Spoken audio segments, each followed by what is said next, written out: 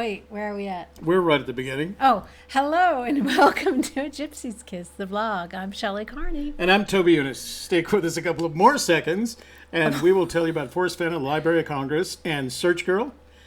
This episode is still dedicated to you.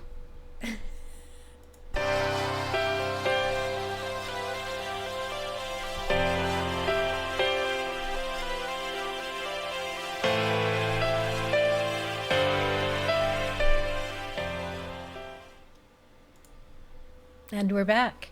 And let's take care of some housekeeping because somebody's knocking on the door. Housekeeping! We want to send out thank you to our moderators. Our moderators on this channel are Jimmy Fast, Man in the Barn, Joel Lewicki, Jason Eunice, and Brian Eagle. Today's brief presentation will be followed by an open Q&A. We may have to cut you guys short today because we have a job we have to run off to, and it's going to take us at least about 45 minutes to get down there. But we're going to let you know more about that near the end of the show, so that if you want to tune into that live stream, you can do that as well. That's a good idea. Yeah. So if you do want to tune into that live stream starting at about 4 or 4:30, this literally is the last event that we had committed to as Video Tarot LLC. We had signed the contract at the beginning of 2017, and the last part of the contract, it included producing a number of videos for our client, but the last part of the contract was to live stream from the actual event. So that's today, and after today, we won't be doing any more commercial work. That's the last of our commercial work. Yes. High five. We've had a good run. That's right. We are retired now. We are officially retired. From that. So we're still doing this.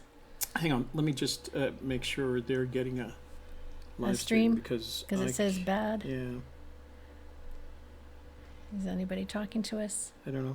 There's people talking. Yeah, we got a live stream. Yay. Yeah. I'm gonna leave it there. I'd like to see the statistics, but statistics don't seem to want to cooperate. All right. So while Joey. Okay. While Joey. While Joey tries to get his act together. Joe over here. So let me tell you why I don't have my act together and why you guys got a second start. I got back from my travels last night. By the time I got home, it was about midnight after a day's worth of travel. And then I had to set up for this event right here. And I had to put the kit together for the event that we're doing later this afternoon. So right now I'm operating on about 2 hours sleep. So if I don't seem any better than normal. Which is why we're making him retire. Yeah. So like I said, it's our last show. So let's go on it. We had a show planned for you, and we were going to go over the contemporaneous notes that I made during the shooting of the Collected Works event. But apparently my visit to the Library of Congress generated a bit of activity and some consternation, and I have the emails to prove it. So I thought I'd follow instead of we'll do this next week. We'll do the Collected Works next week, but I thought we should spend some time talking about that visit to the Library of Congress and what I discovered, and give you some background in all of this, and share all of this with you. Did I keep you from finishing your housekeeping? No. Oh, we're good? Yeah. All right.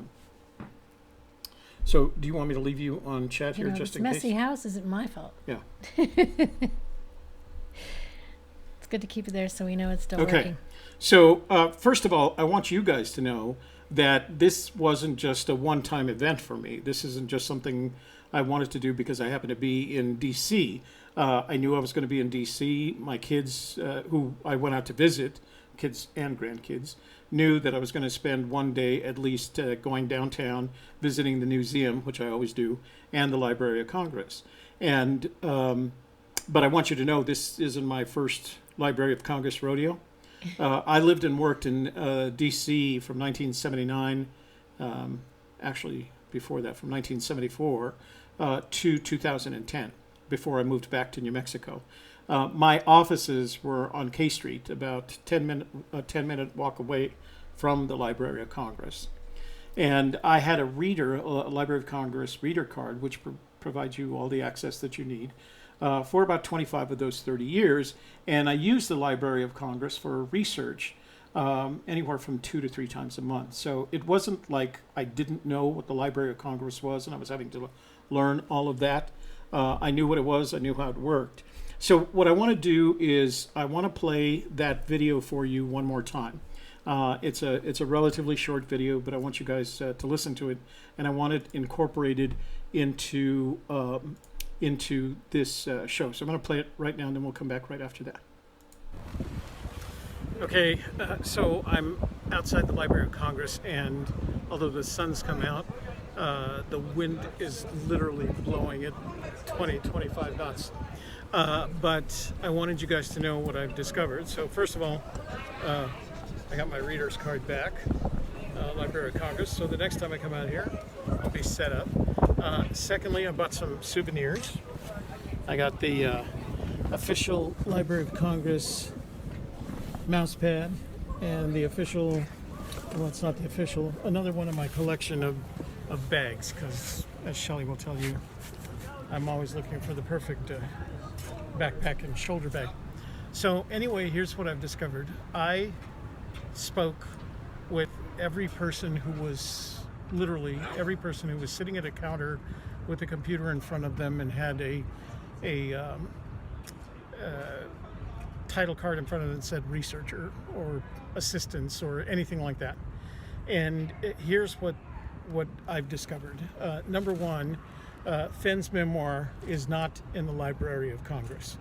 And it is very likely not in the Library of Congress, not because Fenn didn't send it, but because the Library of Congress has a selection process.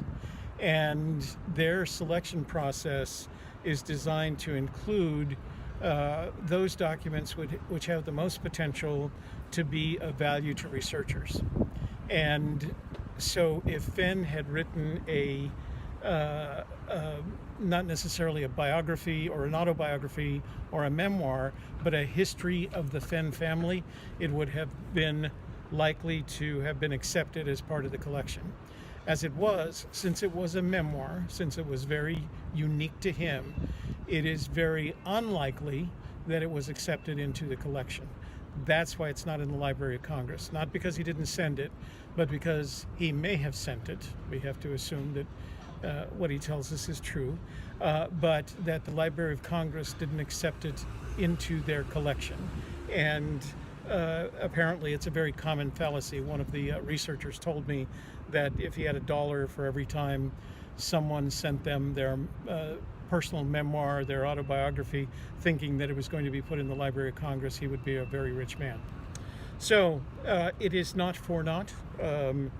I feel like I got to enjoy my time in the Library of Congress again. It's like I said, if you ever get here, they don't let you take pictures in the reader's room. I tried to sneak one, but I'm not sure I got it. But it literally has to be the most beautiful library on the face of the planet. So if you ever get to Washington, D.C., make sure you come to visit the Library of Congress. And I'm sorry I don't have better news for you, but like I said, it is very likely that his memoir, although he may have sent it, is not included in the collection. Okay? Thanks, guys. We're back. Now we're back. Yeah, no. Okay, so it looks like you got some cool souvenirs there. Did you bring me anything? I was going to bring you one of those T-shirts that said my business partner went to Washington, D.C. and the Library of Congress, and all I got was this dumb T-shirt.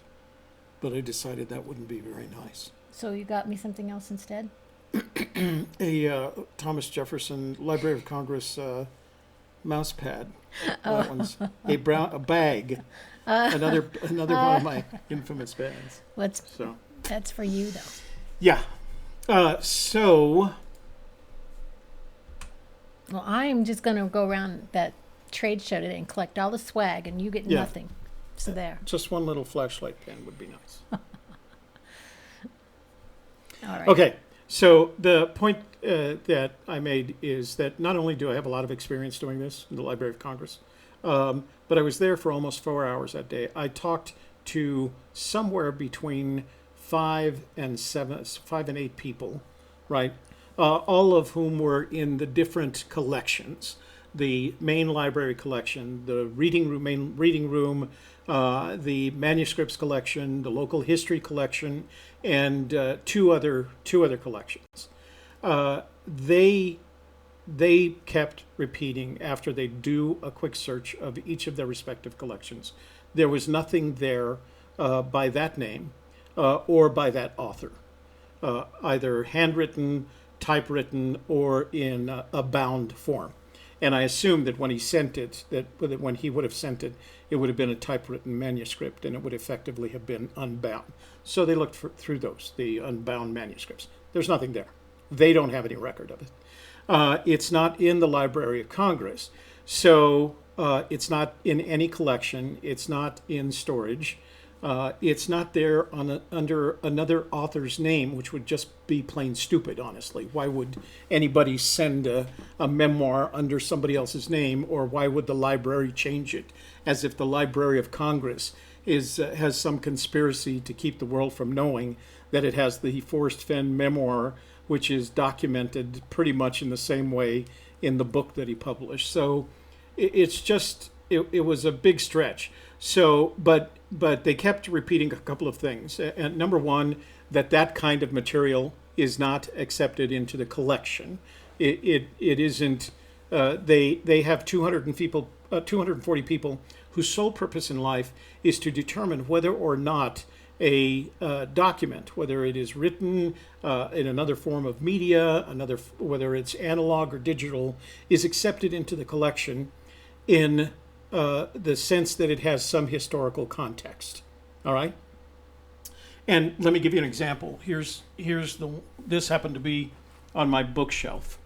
This is the book by John Wesley Powell, The Exploration of the Colorado River and Its Canyons. And if you open up to the frontis, you'll see it says Library of Congress cataloging in publication data, and then it has the Library of Congress number and the ISBN and all the information that would be used to catalog it. That's what they do with the manuscripts, with the documents, with the books that they accept into the collection. They informed me that they didn't believe that it had been accepted into the collection because they didn't think it was the kind of thing that would be accepted into the collection. So, as far as I was concerned, it wasn't there. And when I left the Library of Congress, as I said in the video that I made, I concluded that Fenn had sent his manuscript to the Library of Congress, but it hadn't been accepted into the collection. And then I had this flight back. Oh, there is one other thing. The Library of Congress has 3 of Fenn's books in their collection.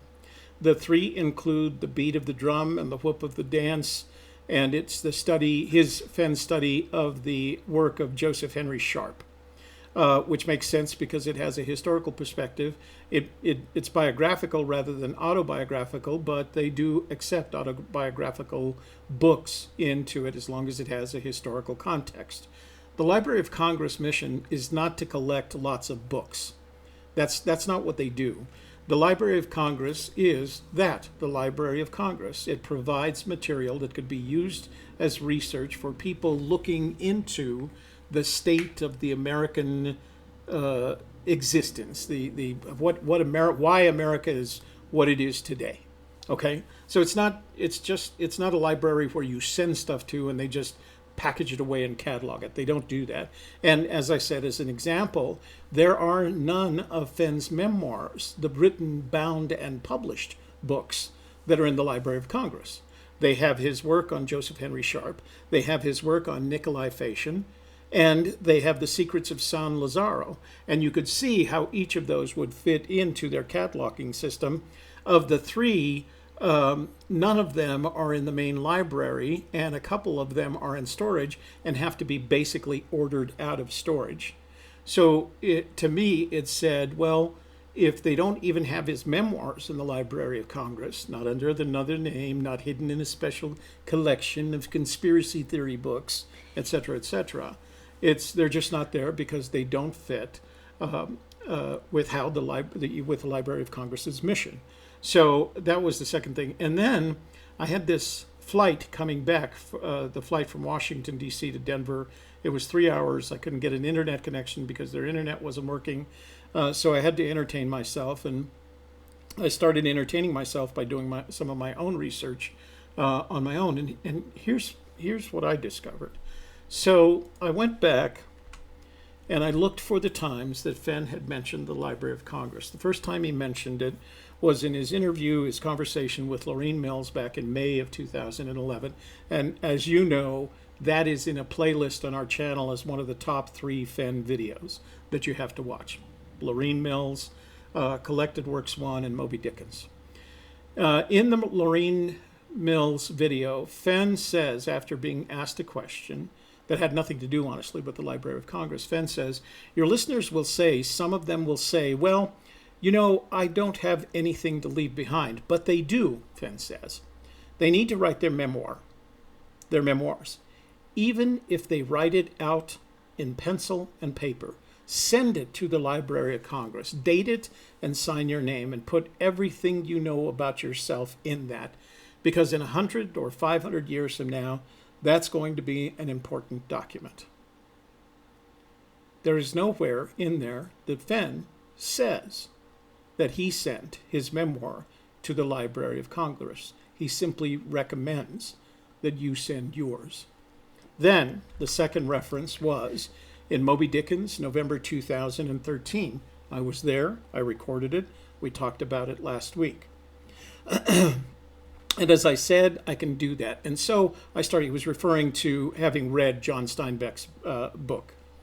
And so I started writing my memoir. I started remembering, and I would encourage all of you to write your memoir. You don't have to edit it. Send it to the Library of Congress. They love those things. Turns out the Library of Congress doesn't necessarily love those things. Start with your earliest recollections like I did. I remember when my grandmother told me about when she was a kid in Fort Worth watching the Comanches and the Kiowa Indians run through their barnyard trying to catch the chickens. Nowhere in there does Fenn say he sent his memoir to the Library of Congress. And so I think what we have more than anything else is a myth, another Fenn myth, that he sent his memoir to the Library of Congress, when in reality, he never said he sent his memoir to the Library of Congress. He recommended strongly that we send our memoirs to the Library of Congress. Forrest Fenn's memoir is not in the Library of Congress. I'll bet money against that. And if anyone has anything other than conjecture, that it's there, that I heard about it, that it's under an author's name, if you have any evidence that the Forrest Fenn memoir is in the Library of Congress, then send me that evidence and I will literally pay for the trip back to substantiate your claim, if you have the evidence. If it's conjecture, if it's supposition, if it's opinion, don't waste your time. Forrest Fenn's memoir is not in the Library of Congress. Forrest Fenn's memoir is not in the Library of Congress, likely for 2 reasons.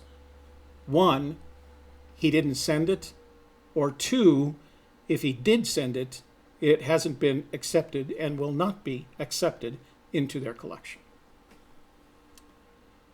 Thank you very much. Recommendations? Recommendations, I don't know. There's no recommendations because none of this is going to get you any closer to the treasure, right?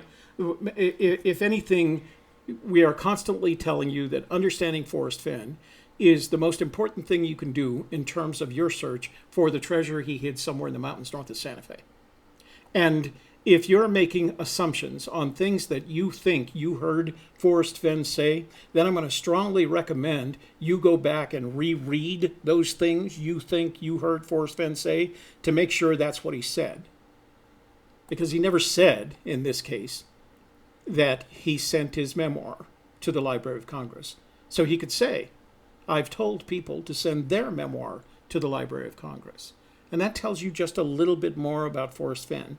He wasn't being dishonest. He wasn't being untruthful. He wasn't being misdirecting. He simply said, you should send your memoir to the Library of Congress. And the myth that Forrest Fenn sent his memoir to the Library of Congress grew from that. It's a myth, and it's okay. But it's not going to get you any closer to the treasure, one way or the other. But if you did happen to write your memoir and you want to send it somewhere, we did find quite a few interesting pieces of information at the that Lander Visitors Center, remember? Yeah, their The library. museum, right? Yeah, because they do catalog personal stories. As a matter of fact, we have a beautiful one written by Nathan Brown. Something like that. He was Nathan Brown. He was a surveyor in the area, and then later became a politician. But we found all of that in the Lander, Wyoming. You're more likely for your local library to take a manuscript that's your memoir. That's not the mission. If you read the mission statement in the Library of Congress, that's not their mission statement.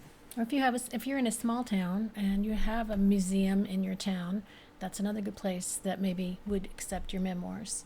Yeah. But the Library of Congress, they don't accept that sort of thing. Yeah. They only want historical documentation of, like the entire family, the genealogy, that sort of thing, and along with factual stories that are corroborated and things like that. So, Such as the books that were accepted. all right. So let's go to chat. All right. I'm going to switch you over to the screen here. Cha-ching. There's a chat. Thank you. Let's. We do want to talk about Super Chat for just a second. If you want your question to be highlighted in the chat and raised to the top, and you do have a question, please use the Super Chat button. It's down at the bottom of your screen, as somebody just has. I have a message for some reason. And it highlights your question, raises it to the top of the screen, and we promise to get to it. So, and you can donate any amount you wish. And you can ask a question even if you decide not to donate. All right. I've got a message here from somebody who's unable to find the comment chatting area on their iOS device. Can we go over that again? Where if you want to make a comment and see the chat, be involved in the chat. Can you get yours on there and I can show them directly? Sure. So all you have to do is go to the bottom of if you're looking at our video now, if you can see the video, go to the bottom of your iOS screen and you'll see a little touch that carrot, and it'll open up the, let me see. Oh. Let me show you. There we go. It's at the bottom. So you can scroll down to get to Super Chat at the bottom, right? But if you'll see right down here, there's a little upward point caret mark. It says Top Chat. Touch on that, and then if you want, it'll show you the chat. Let's see. Can you see it there? Let me get it so it's not right. So it's down here at the bottom. Little caret pointing up that says Top Chat. Top Chat. Right. Okay. And then your name should appear there at the very bottom, and you should be able to type stuff in. Right. And there's a $ there if you want to do the Super Chat. Right. Exactly. So easy. Easy peasy. All right. So I'm going to send this over to full screen. Mm-hmm. And then I'm going to show you chat. You ready for that? Yep. Let me make sure. Okay. Oh, that's tiny. All right. All right. So let's get started. Man in the Barn is here. Hello, Eric Schmidt, MITB. Man in the Barn. David Dow, Jason Eunice. Hello, Jimmy Fast, David Erickson, Cindy Guess, JL, J. Ra. Man in the Barn is. Need to send them an email. Okay. T.I. Mattis, Lori James, Danny Jackson. Danny Jackson, that's a new name, isn't it? Yeah. And where's Bobby? Hello. Hey, Danny. New person. Buddy Allen. I get to tell everybody I'm in a meeting and I get an hour of the fun stuff. Well, we're going to start serving bagels and cream cheese, so you have an excuse there. Well, we already have wine on them. Jeremy Milstead. Hello. Hola. Illinois Ghost is here.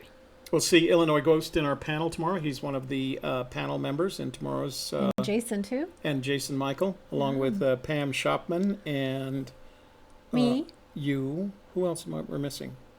You. Oh, Mike Howland can't make it, but Sean Dodson is actually on business. He said he's going to try and make it. But our guest tomorrow is X Sarbin, YouTuber X Sarbin. That's right. Ryan Chapelier.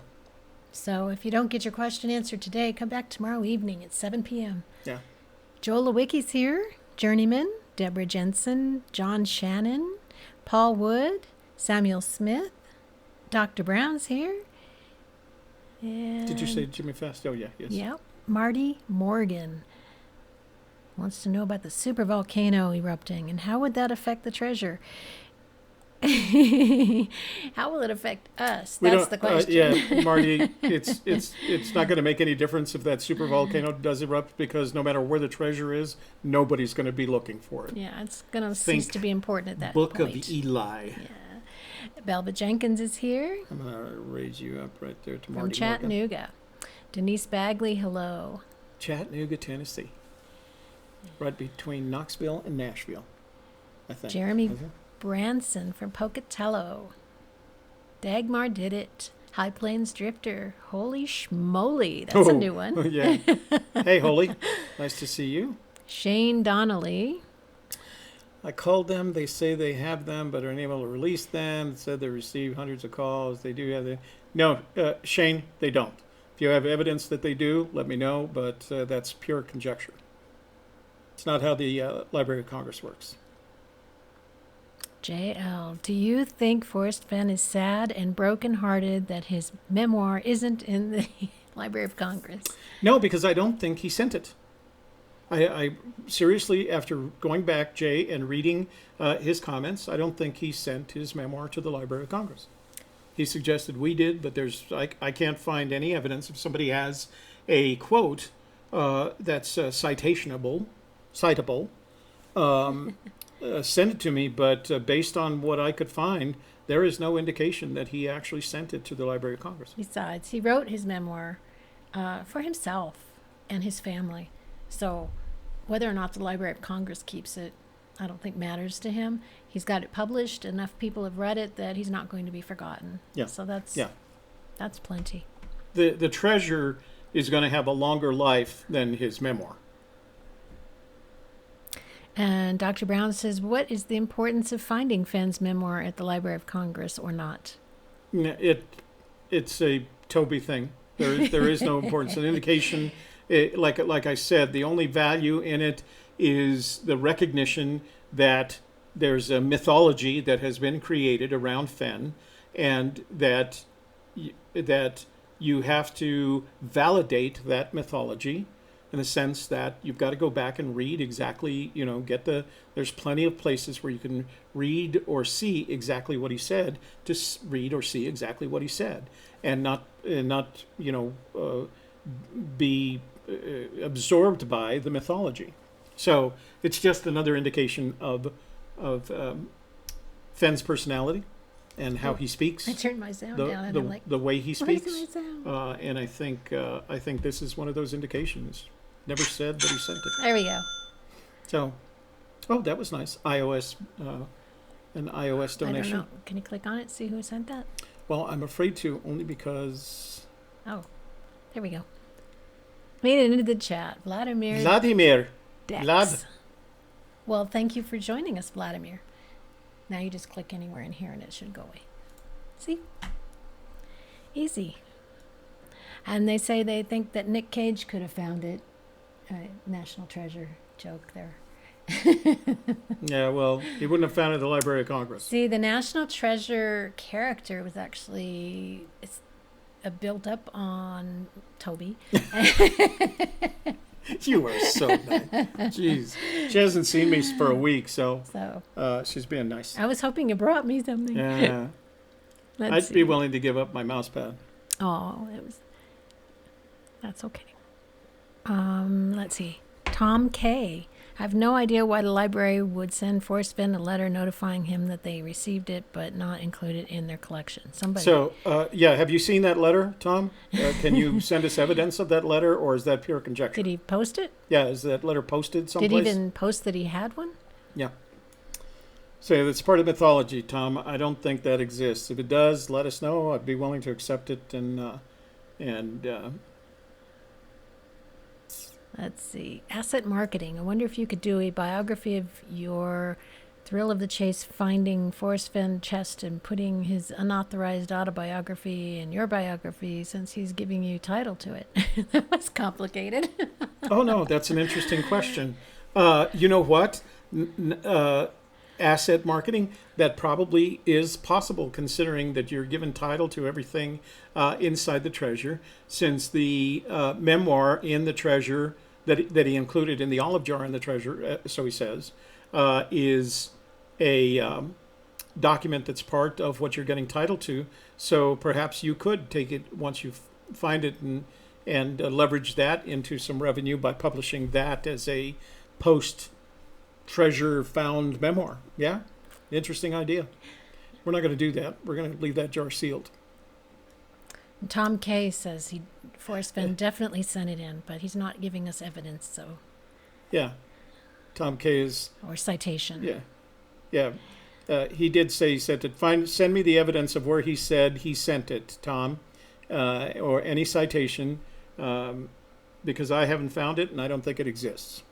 And I think that's conjecture, and that's the kind of conjecture that comes out of mythology. C Monkeyfication says, "Call me Marty." I'm not seeing a comma there, so I'm guessing that his name is Marty. Oh, instead of C Monkeyfication. Marty, okay. Call me Marty. Okay, we will, Marty. Thank you. That makes it easier on us too, actually. Seems like Fenn is taking us back to the backwards bicycle. Yeah, you just got to read, as usual, you have to read exactly what he says as opposed to what people have said he says. And du doch nicht. Can I send my treasure hunt memoir to a Gypsy's Kiss? We'd love to have it. We think anybody that sends us a treasure hunt memoir, we will catalog it, and if you give us permission, we will post it to our blog. So it will get published, kind of. Yeah. We will not send it to the Library of Congress because they won't accept it into their collection. Jim Bob Bojangle just bought the Lost Kivas of San Lazaro. They are hard to find. You know, I recommend that if you're looking for a Forrest Fenn book, contact the folks at Collected Works. They always seem to have them in stock, and you do have to pay postage, but they charge you list price for them. And for those of you that don't have it, I don't think, unless you're one of those folks that believe that the treasure is somehow hidden in San Lazaro, it might help you there. But it's a beautifully, if you have any interest in Southwestern archaeology and the Native American cultures of the Southwest, it's a beautiful book. It makes for a good read. It would make for a good read even if you didn't know anything about Forrest Fenn. And Mark Carl says hello. Yes, Dr. Brown, it is a good thing to still write your memoir while you're still ticking. Leave it for I'm going to write mine, 4 or 5 pages, and then I'm going to leave it for my grandchildren so they knew who I was. Better yet, just go out to Virginia and see them. or I could do that. Du doch nicht. Well, Toby went all the way to D.C. looking for the memoir. Did we substantiate that Fenn never sent to the Library of Congress? Is that the current assumption? Well, 2 things. Number 1, I didn't go to D.C. to look for the memoir. I went to D.C. to see my daughters and my grandchildren. The memoir was a side trip, or the Library of Congress was a side trip, because I always go downtown D.C. If you don't get it, by the way, they have redeveloped, sorry, they redeveloped the wharf area of D.C., and turned it into like this amazing European style little wharf with bicycles and restaurants and pastry shops. And if you don't know the restaurant, I don't know if it's actually a restaurant, but the chain is called Milk. and it's a chain that was formed by a chef whose name is Susan Tosi. And if you're a foodie, and I am, Susan Tosi is one of the most interesting personalities in food culture. And she founded a restaurant called, it's not a restaurant, it's a fast food place. I don't know how else to describe it. It's called Milk. But they make cookies based on her recipes. They make cakes based on her recipes and her style. But they also make something called a crack pie. And it was called a crack pie because her chefs, when they tasted it, told her that it was addictive like crack. If you ever get to a Milk store, M-I-L-K, buy a slice of that pie. And there's one in the D.C. Wharf. Anyway, that's the point I was trying to make. Get down to the D.C. Wharf. It's amazingly beautiful. It just used to be to a place where you would drive down, come in from Chantilly to buy a bushel of crabs, get your car broken into, and then go back to Chantilly. And now it's this amazingly beautiful, I don't know. You got to see it. It's just beautiful. Where was I? What were we talking Jono about? Jones. Oh, anyway, I didn't go to D.C. just to go to the library. I went to see my kids. The library was a byproduct, and yes, I do not believe that Forrest Fenn's memoir is in the Library of Congress. As a matter of fact, I can comfortably say that none of Forrest Fenn's memoirs are in the Library of Congress. But he does have 3 books, so it's more than I have. Yeah.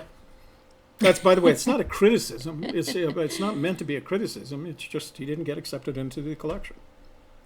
Jono Jones, have we definitely ruled out Yellowstone? Well, We, as in Shelley and I, yes. We're not telling anybody else what to do. right. If you want to go, There are many people who have not ruled it out. Yeah. And if there's, we express. This is a channel about us expressing our opinions. You can take them or leave them. Mm-hmm. They may have received it, just not entered it into the collection. No. Let me tell you what they told me. 2 of the people said, "Well, when I said, well, then what happens?" And in bureaucrat speak, this is how it came out. We refer them to the disposition unit. Well, that's what he's saying. That he may have sent it in, but then they disposed of it. Yeah, they disposed of it. Didn't make the Disposed. cut. Didn't make the cut. Fenn Treasure Hunter, hello. Not a criticism, okay? It's not a criticism. Let's see. Amy Smith, hi. Hey, Amy Smith, I'm still waiting for that question. Did everybody see that new quote from Forrest that said he never lived in Colorado, not even for a few days? New quote. I don't know. I haven't seen it. Don't know where it is. I've just noticed that recently there seems to be a lot of Fenn quote activity coming up. He's Send responding us to that everybody. citation if you have Yeah. it. Sea Monkey Vacation Marty. Sure, a match for every. Yay. Vladimir's here. Thank you. Vladimir Dex. Oh, is that the one? Okay. Fenn's kids lived in Colorado while Yeah. they went to college. Yeah, he bought them. He bought him a condo, Oh, I and they see. lived there while they were going to college. And then Nice. that's what we did with one of our daughters. She wanted to go to a school down at Coastal Carolina, so we got a. Well, I've recently heard Alicia and Gus are considering either Austin or Boulder now. Wow, 2 great towns. So Man, those speaking are 2. of having a condo in, Both. I Colorado. like both of them. yeah, they're cute towns, but of course Boulder's a lot more expensive.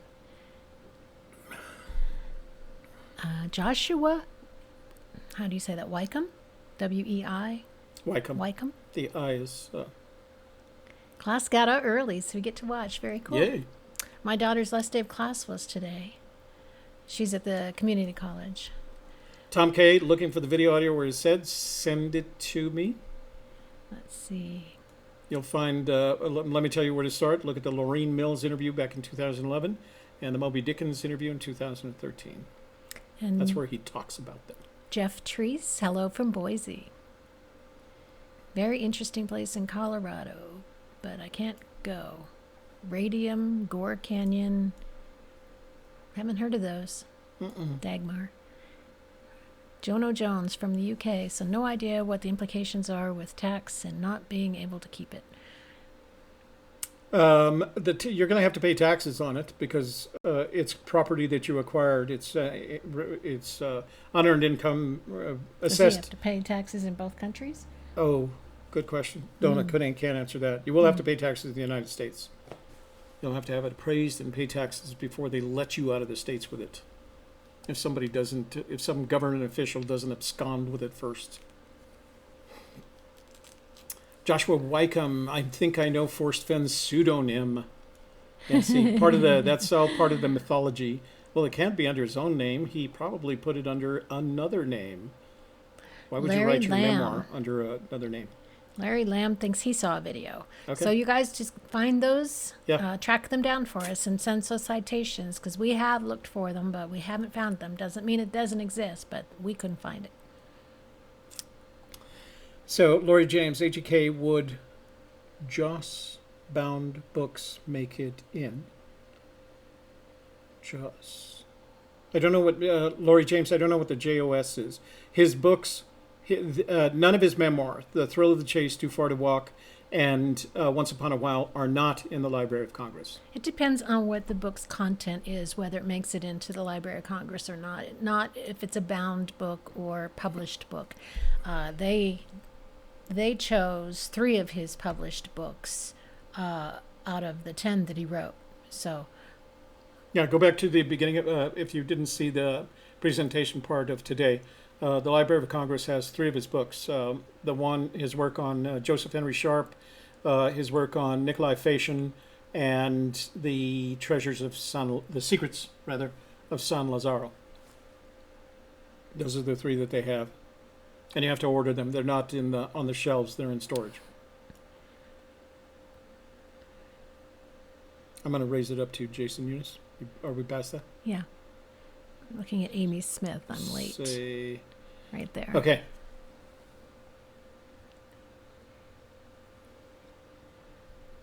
Hello, Jeff Mann.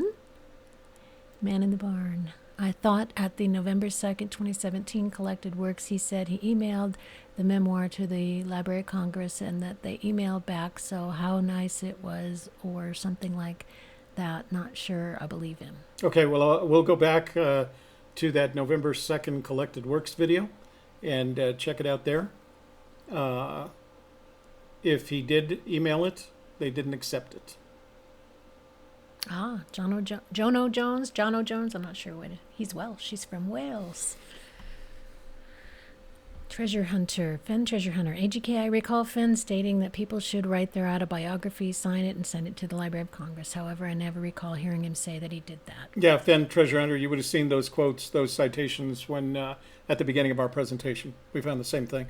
He suggested it to other people. He never said he did it. Joshua Wycombe, what makes you think that he filed it under Forrest Fenn? Well, Because it was his memoir. it's an autobiography, and he's very proud of his name and his reputation, as Exactly. we discussed in book club. Yeah, why would a guy whose name is Forrest Fenn, who's proud of his name, write a memoir and submit it under a pseudonym? Doesn't make much sense. I think you could open the olive jar and read his bio and then dip it back in paraffin when you're done. Now, an archaeologist wouldn't do that. Esquire. I remember a video of him saying, okay, you guys, we're challenging you to find those citations. Because our memories can be faulty. All of us. Jono Jones, what's the general thought on the meaning of Terry Scant? Our meaning is don't stick around, don't tarry, don't loiter, get out of there. Pack it up and get it out of there. That's right.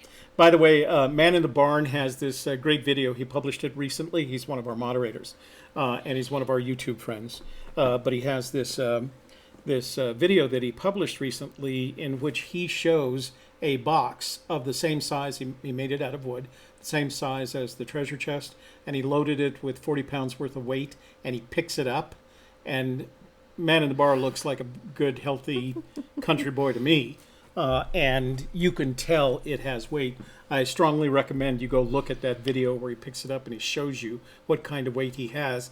And I think he suggests that if you got to dig down into a hole and pull this out, you're going to need help to do it. So go look at that video. It's kind of neat. Okay, so Sea Monkeyfication and Dr. Brown are having a little joke going on about Back to the Future and Marty McFly and Doc Brown. So his name may not be Marty after all. It might have been just their little joke they were doing. Anyway, Vladimir Dex says, lately everyone seems to be more partial to Santa Fe. Have you guys ruled out Montana? We Shelley and I believe the treasure is in New Mexico, but we know that there are 350,000 people looking for apparently 350,000 people looking for the treasure, and I would say 1/4 of them probably believe it's in Montana. Another quarter believe it's in Wyoming, Yellowstone. Another quarter in Colorado. And then there's a quarter like us. So it's probably, if you were to poll them, it's probably equally divided across the 4 states. So I don't think you could find necessarily a consensus or even a plurality about where exactly the treasure is. Jason says, Toby's memoirs, 4 to 5 pages, lol, Vietnam could make a novel. I think the 4 to 5 pages was the dedication page. Jason. One for each kid, right? Yeah, it would be a long memoir, wouldn't it, Jason Michael?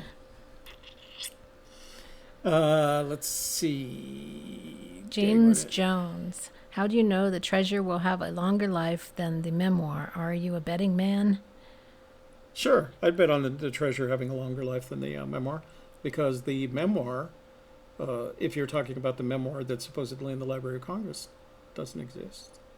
Well, it's already had a longer life because a lot of that stuff is a couple thousand years old, right? Or at least 1,000 years old, maybe not 2,000. I don't know.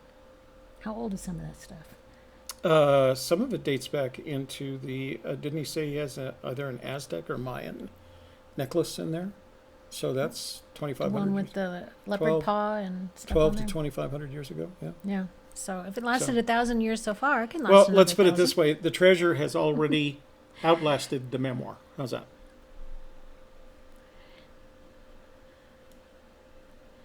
And Adam Foddy. Hello, Adam. Is it me, or does Forrest Fenn seem to be caught out, telling quite a few porkies? Should this be worrying? No, because as we said in our introduction, Adam, he didn't lie. He didn't. The research that we found never indicated that he said he sent his memoir to the Library of Congress. He says, write your memoir. He's talking about it in the context of him writing his memoir, but he suggests in both cases that you write your memoir and send it to the Library of Congress. And in one case, he says they love that stuff. He doesn't say that that's what he did. Right. He just suggests that you do it. And he may be thinking, well, he can afford to self-publish. A lot of people can't. So here's an alternative. He was just providing an alternative to people who don't have the kind of money he does.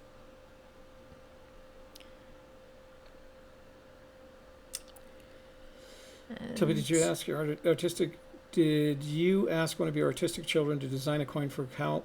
No, we didn't. I think Cal Lazar's had his own artist or someone that he knew that outskills. I haven't seen it. Have anybody seen the coin? Has anyone seen the coin? Which one? He was designing a Forrest Fenn coin. His idea is that you buy the coin, and then when you go out to look for the treasure, you leave a coin there to say somebody's been here. Mm-hmm. Not necessarily that should keep you away, but I've been here already. Don't waste your time. Wedding video. Do we know the timeline when he sold his airplane or when he stopped flying? Yes, and you can see that in one of our videos. He sold his plane in 2002. Transaction was completed in 2003, and he didn't reapply for his medical in 2003. So when he has flown after that, Shiloh is a licensed pilot, and so Shiloh flies him. They mention a trip that they made together to see Susan Summers in California, and Shiloh flies him there. JL says, it seems so strange that his memoir wouldn't be accepted. I keep thinking about the time he spent with Jackie Kennedy. Sorry. Don't know what to tell you. It's not there. You know, if it had been more in depth, maybe. But it was just such a touching on this happened and then that happened. And he was more interested in preserving those mementos, like that bottle of, was it brandy that he saved? Things that they touched that he could touch, rather than writing out the words. And I Jeff don't know, Mann it wasn't really a historic time for Jackie Kennedy either. It was just another day in her life. And it was way after the assassination. Right. When she was right. She might have been married to Aristotle Onassis at the time. Mm-hmm. Jeff Mann, was Fenn well known in Santa Fe prior to the hunt? Yes, he was. He arrived there in 1972, built a business that ended up the largest art gallery, art and historic artifacts collections in Santa Fe, and Santa Fe happens to be one of the toughest art markets. He was very successful in one of the toughest art markets in the world. So, yes, he was well known. And you will find people that both like him and didn't. Mm-hmm. Dagmar, thank you for your input. I will let my daughter know. But again, Boulder is more expensive. It's a very cute town. We've been there. We went there for a Weird Al concert, and it was very nice there. But it's more expensive to live. So they're going to kind of look at whatever college gives them the best deal. University of Colorado. He's going to be Boulder. needing to continue to work and. Hook 'em horns. Yeah, well. I spent a year at the University of Texas when I came back from overseas. I'm sure they're both good schools. Yeah, they are both very good schools. AGK, I thought during Once Upon a While live stream, Forrest mentioned PDF copy that he sent to the we're going to go back and look for that. If it's there, I will stand corrected. Whether he sent it or not, it is not in the Library of Congress. Period. And Dr. Brown wants to know if you got a chance to get to the Gallery of Art and see the Yellowstone paintings. I didn't. By Hayden? I had limited time. I really wasn't going for this particular trip. I wasn't going. I mean, like I said, I spent 30 years in Washington, so I don't go back to do the touristy things. I do like going back to the museum because it's one of my favorite places. But no, the trip to the Library of Congress I made because both my daughters were working that day, and they could get off on Friday. So I had a day to kill, and so I used it for that.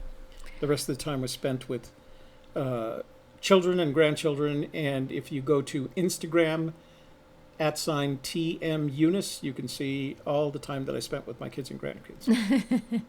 James Brown wants to know if anyone found the chest, and Eric Schmidt answered him and said, yes, it was sold at Sotheby's. Oh, damn. Guess who? You know who did that? It's that damn Gypsy's Kiss. They beat us to it. By the way, we're starting for some reason or the other these articles in the magazine articles that have recently appeared, I guess, and there was a couple of online articles, generate a lot of traffic for us. We get new subscribers, we get new views, but we also get new emails.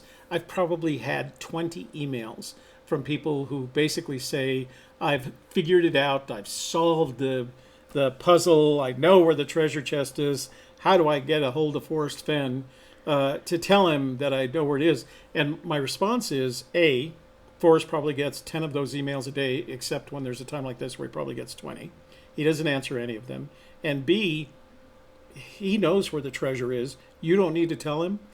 If you know where the treasure is, go get it as soon as you can. Don't waste time talking about it or telling Fenn about it. He knows where it is. Du doch nicht. Terry Scant could have meaning. Fenn has said, look closely at all the words. Some people believe that. We choose to believe the clues end just before that. So we don't consider it as a clue, but some people do. So that's just our opinion. Susan Heckenliable. That was a seat of the pants solution. We never actually went there because we discovered that the area that we were interested in was actually on private property. Joshua Wycombe, yes, Eric Schmidt did share that interview, that audio interview with us a couple of weeks ago, I believe, in the chat. So yeah, that's true. He does have an audio interview regarding his time in Vietnam. That's in there. Yeah. Yes, James, he did say that the poem is a map. I'm going up to Dagmar did it. Let me just scroll it up a little. It's not cooperating here. I know. That's it. Dagmar, you know where the chest isn't. Yeah, that's how we are.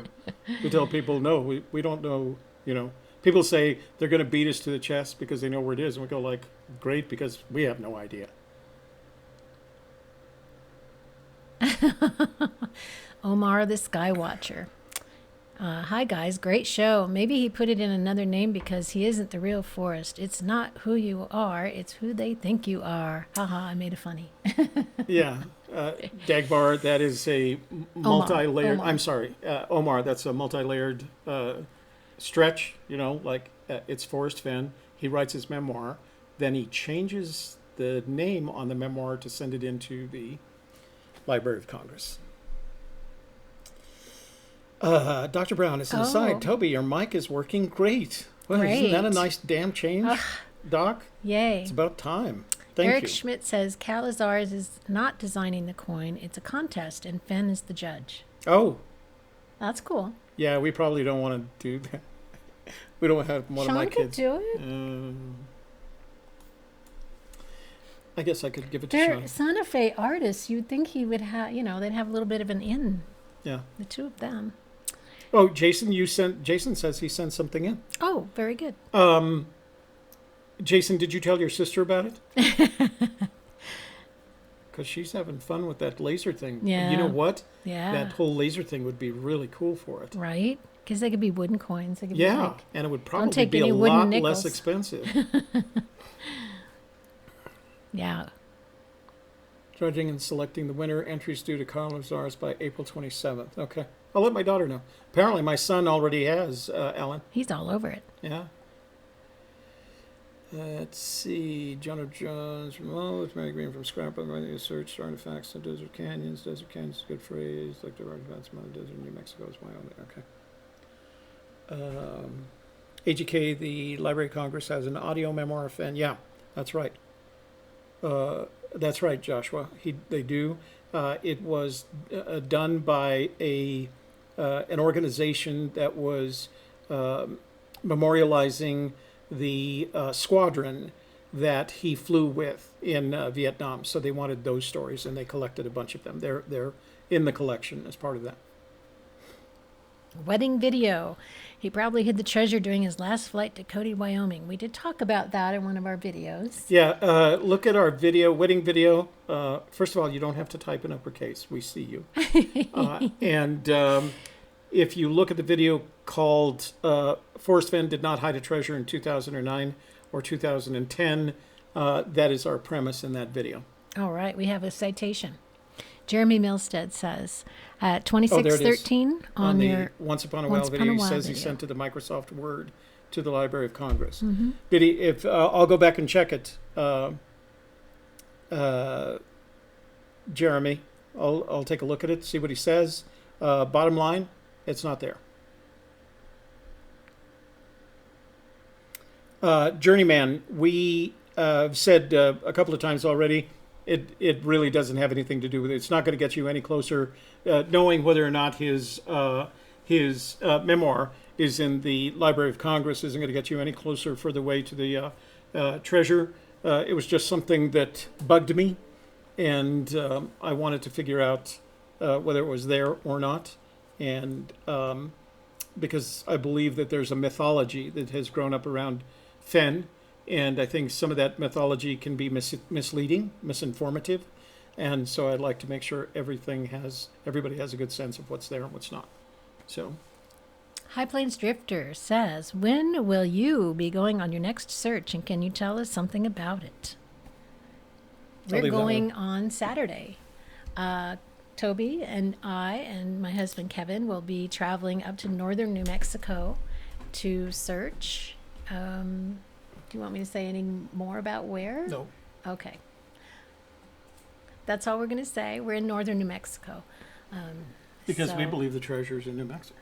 we'll let you know all about it next Tuesday when we get back. We'll let you know where we went and how it went, and we'll show you some pictures and things of that nature. So make sure you tune in next Let Tuesday. me just make a note about that once. Is there anywhere to hire a metal detector near Yellowstone? If anybody knows that answer, would you let Jono Jones know about that? Vladimir Dex, what's your opinion on heavy loads? That one's a tough one. We've gone with boulders in some instances, and other times we've gone with electrical wires overhead. Either Power things. I've seen power lines. Generators, generators below dams has been mentioned. We don't think of it, but Does anybody else have any other ideas yeah, anybody for on, heavy loads? anybody on your heavy 'Cause loads. that's what we have, and it could be anything. So hang on, before 2613 on Once Upon a While. So that's collected works too.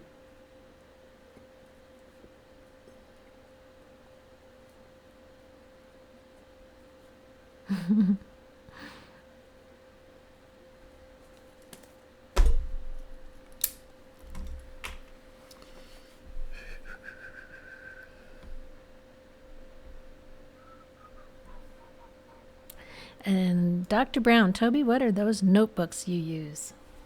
Well, they're normally called journalists' notebooks, but this is a particular style. I'm a big fan of graph paper. So you can get this particular, a graph paper notebook in the journalist size. This is the standard journalist leather notebook with a pen holder. So it says news.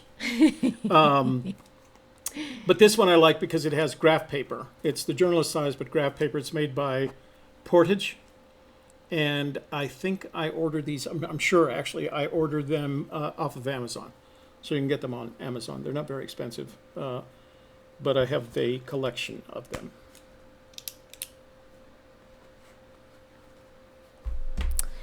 Danny Jackson, is it possible to locate the first 8 clues without boots on the ground? In our opinion, no, Danny. In our opinion, based on what Fenn has said to the little girl in India, you can get... The little kid on the East Coast? The little kid on the East Coast. You can get to the first 2 clues, but the rest of them are going to require boots on the ground. We believe that you should have a sense of visualization of what you're looking for once you get there, but you're not going to be able to see them on Google Earth, according And to he's Fenn. also said you're not going to find this on a picnic or a spring break. You're going Right. to have to go back again and again. Yeah. Pack animals, burros, horses using... Oh, that's interesting. That's... Pack animals, burros. Okay, that's it. That could be. Oh, look. Super chat. Dr. Brown, thank thank you. you. Was that just because of the notebooks thing? I would have told you what they were without the super chat. But thank you. That was very kind of you. Thanks. Yes, we appreciate that. That High Plains Drifter, just when everything was going so good. somebody screws it up with a super chat. Oh boy. Oh, I don't think he meant that. No. So we are going to cut this short today because, like we said, we have another place to go to do some live streaming interviews from the B2B Expo. What? There needs to be a Toby store where you can get shirts and notebooks and stuff. And backpacks. Backpacks. And shoulder bags and watches watches. Pens. And pens. Especially pens that light up. And Pens that light up. he loves those. It's in my... I know. We're going to have to hit all the swag today at the... Yeah, we're going to be at an trade event show that we've done for several years. It's called the new B2B Expo in New Mexico. We do it for a friend of ours whose name is DJ Heckes. She runs a company called Exhibit and has been around forever and knows everybody. She's one of the people in Albuquerque that if you're a business person, you need to know DJ because she knows everybody. And she's a wonderful soul. And we've done this now for several years and signed a contract with her each year to produce a bunch of videos. You'll see some of our videos on her YouTube channel. And then we do a live stream from the event itself. And we'd actually forgotten that part of our contract, we always do the contract starting in the previous year. So we did all the videos in 2017, and then remembered that we had to do this live stream, and it turned out to be on the Tuesday after I was getting back from Washington on a day that we were doing a show. So it was it's been an interesting So day. if they would like to see those, where would they go? If you want to see us starting around 4 o'clock, probably 4:30 by the time we get finished setting up, I put a link to DJ's YouTube live stream in the description box of this video. So around 4 o'clock Mountain Daylight Time, if you just want to see what we're doing, it's very loose. They set us up in a booth, and then she announces for some of the people that are sponsors. We're a platinum sponsor. That are sponsors that have booths at the event. She sends them over, and we do 4 hours basically worth of interviews. Shelley brings these little standing pads. It gets so long and tiring. Yes, it does. And our other videos this week. Do we have a slide for that? So I didn't make a slide for that. Oh, I'm sorry. That's right. Tomorrow night, we will have our panel, 7 o'clock Mountain Daylight Time. And Toby and I and his son Jason will be there, as well as Pam Shopman from Ramblin' Pam, and our special guest will be X Zarbin. Make sure you're there for that. If you have any questions for any of us searchers, or if you just want to chat to each other in the chat. And then on Thursday, 1 o'clock p.m. Mountain Daylight Time, MDT. 1 o'clock, we'll be here for book club. We'll be talking about chapter 10, In Love with Yellowstone. Very short chapter. Right after that, we have to hit the road. We got to go to Santa Fe, so that's going to be a short day as well. So make sure you have your questions written out ahead of time, so you know what you're gonna say when you show up. Yeah. So we will have time in the panel for some of your questions. The topic for the panel, in addition to having X Sarbin as a guest, Ryan Chapelier as our guest tomorrow, the topic is going to be hints and clues. What's the difference and how many are there? Okay. And then Friday, we'll be back for Just the Facts. And of course, we'll have our lineup video on Sunday for next week. And I think we have a full week next week. And we're going to be out of town on Saturday and Sunday. Yeah, we'll be on a recon Saturday and Sunday, so we'll have some photos and reviews for you. Yeah, so if you haven't subscribed to our Instagram yet, make sure you do that, because we do like to post a lot there when we're traveling. Yeah. So there's 2 Instagrams. Well, no. A Gypsy's Kiss has an Instagram. Mm-hmm. It's at _Gypsies_Kiss. And then I have my Instagram at @TM And then Shelley has her Instagram.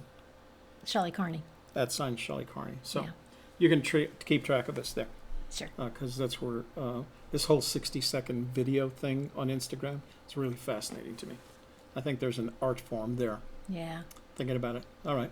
All right. Done? Wait. Let me check one more time. Make sure we get. Don't forget to like this video with a thumbs up. Boop. Boop. And Wait. Let me get to that.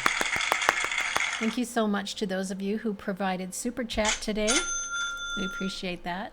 And our moderators, thank you for being here and keeping our chat safe and fun. And make sure you like, share, subscribe. Anything else? That's why I don't leave that light on in the kitchen. Can you see it? Remember Yeah. we were talking about with your daughter? Where you had that? It's getting that. Yeah. Oh. That's what happens because it's out of sync. That light is out of sync with everything There's else. aliens in Yeah. Toby's kitchen. Did you already do the like, share, and subscribe? Like, share, subscribe. Something like that. Like. I don't know. Like, Share. and And subscribe. I don't know. so like, share, and subscribe. Make sure you like our video. We And, really appreciate that. So yeah. thank you for joining us Thank today. you for being here and for all your great comments and questions. We really appreciate you. We wouldn't have a show without you, so thanks. And for Gypsy's Kiss the vlog, I'm Shelley Carney. And I'm Toby Eunice. We shall see you tomorrow evening in the panel session.